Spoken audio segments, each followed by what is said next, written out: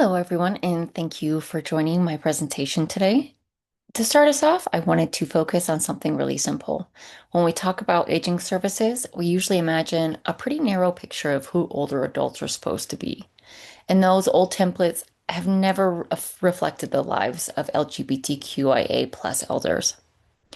My project looks at what it actually takes for organizations to move past that old model and build practice that recognizes identity, history, and belonging as real parts of care. I am grounding this in anti-oppressive queer theory and relational cultural theory because together they help us see the limits of current systems and the possibilities for something better. My goals are for today are pretty straightforward. I want to talk to you about the conditions LGBTQIA plus older adults encounter in places that were not designed with them in mind and how these conditions affect safety, visibility, and connection. I also want to show how these three frameworks I am using give us practical ways to address these gaps in long-term care and community settings. From there, I will walk through the kinds of bias and erasure that shows up in daily routines, policy decisions, and research, and how macro level strategies can give organizations the tools they need to make identity affirmation a consistent part of practice instead of something that depends on individual staff.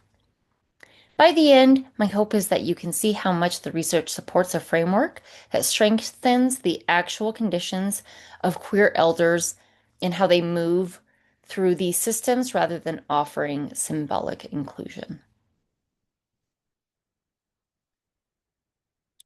So, when we look at aging systems, we see how narrow the expectations have been. A lot of these environments rely on assumptions about gender, sexuality, and family that center cisgender and heterosexual norms, which means anyone outside of that picture often experiences misrecognition from the very first interaction. Intake forms and assessment skip over gender identity, sexuality, and chosen family, and that silence affects everything that follows because it tells people what parts of their lives are welcome and what parts of their lives are not. Staff often fall back on familiar gender roles or assumptions without meaning to, but these patterns still create limits on safety and belonging. And when the research guiding these systems historically leaves queer elders out, the policies and practices built from that research continue to prioritize the needs of groups who already had more privilege. So there are a million of queer adults over 50, and many of them are entering care systems that still rely on older ideas about identity and family. The experiences people bring into these settings matter. A lot of queer elders have lived through criminalization, rejection, or years of being careful about disclosure, and that history influences how much trust feels possible in these care environments. There are also real economic barriers that come from a lifetime of discrimination in employment and housing, which affects access to options in later life. For LGBTQIA plus elders of color, these challenges increase because they are navigating racism, homophobia, and transphobia in the same spaces where they are supposed to receive support. And these systems often do not have the tools to respond to that reality.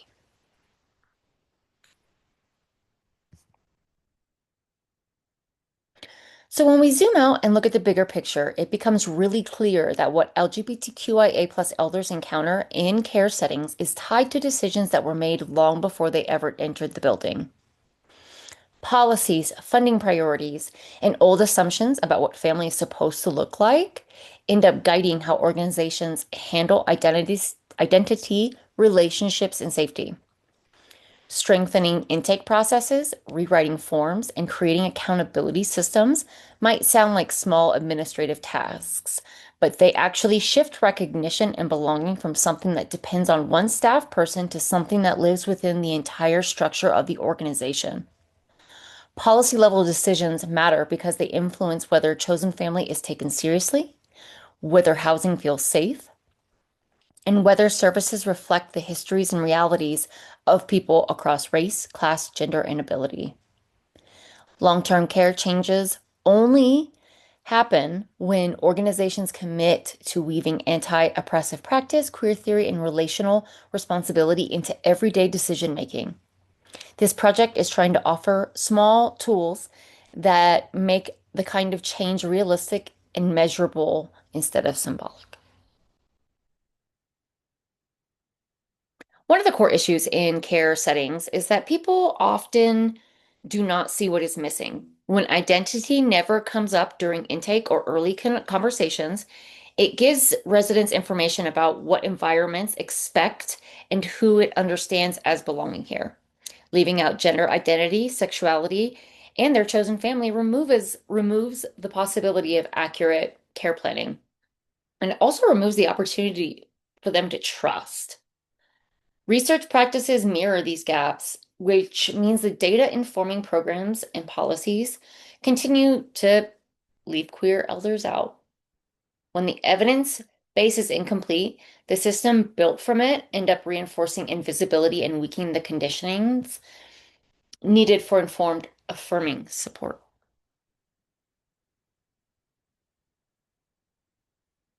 Care settings often operate under a lot of pressure, and those pressures shape how interactions unfold. Fast-moving routines, staff shortages, and task-oriented expectations leave very little time for connection, which is something queer elders often rely on when deciding whether they can be open about their identity. Without training and guidance, staff can tend to fall back on familiar assumptions, which often reflects cisnormative and heteronormative ideas about gender and relationships, therefore creating bias. People watch for those cues to determine whether the environment can hold their reality without risk. And harm is not always loud or intentional. It can show up in routines that prioritize efficiency over recognition, in small missed opportunities for connection, or in policies that do not leave room for the complexity of other people's lives. Racial inequity continues to be a major issue in care facilities, and this has direct consequences for queer elders of color. Many nursing homes remain racially segregated, and the facilities that serve residents of color tend to have fewer resources and lower quality of care. When LGBTQIA plus elders of color enter these environments, they encounter racism alongside homophobia and transphobia, which affects everything from communication to safety to access. Economic instability and limited legal protections add more barriers, and these pressures accumulate across the lifespan.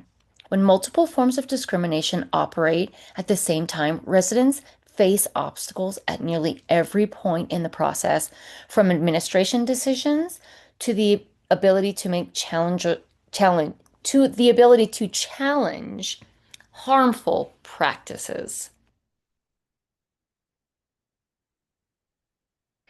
Even with all these pressures, queer elders continue finding ways to express their identity and stay connected to the communities that matter to them.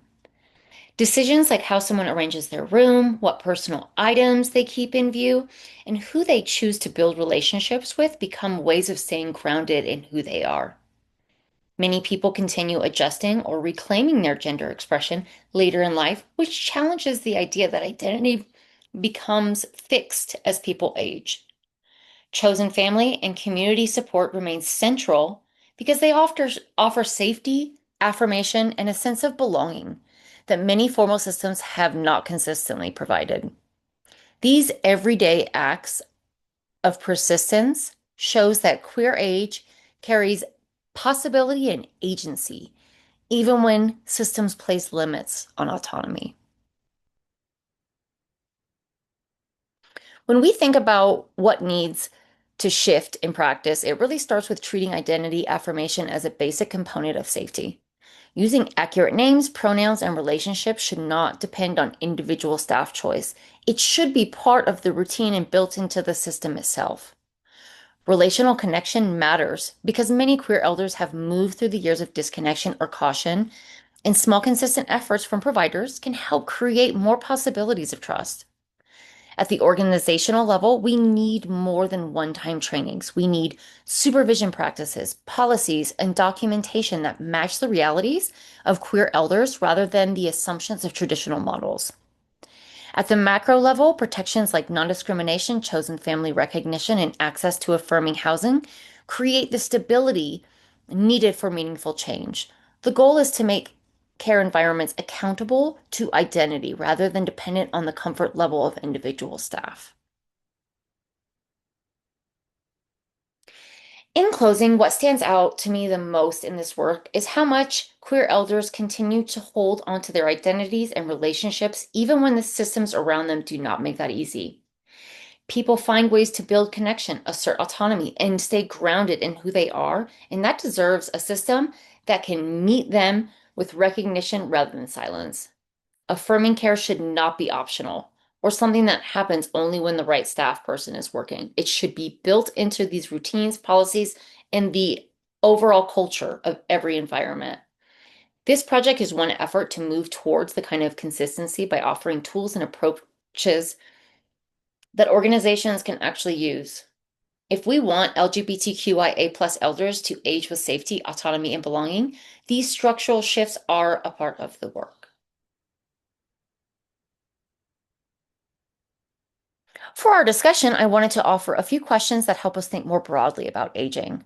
When you think about older adults in your own life or community, what expectations feel so normal that we rarely stop to ask who those expectations were built for? The second question could be how care settings might look differently if identity, connection, and belonging were treated as basic needs rather than extras. And finally, I think it's worth considering where our society's picture of aging leaves people out and what changes when we imagine later life in a way that reflects more of the realities we see in our own work. Thank you so very much for watching. Here are my references.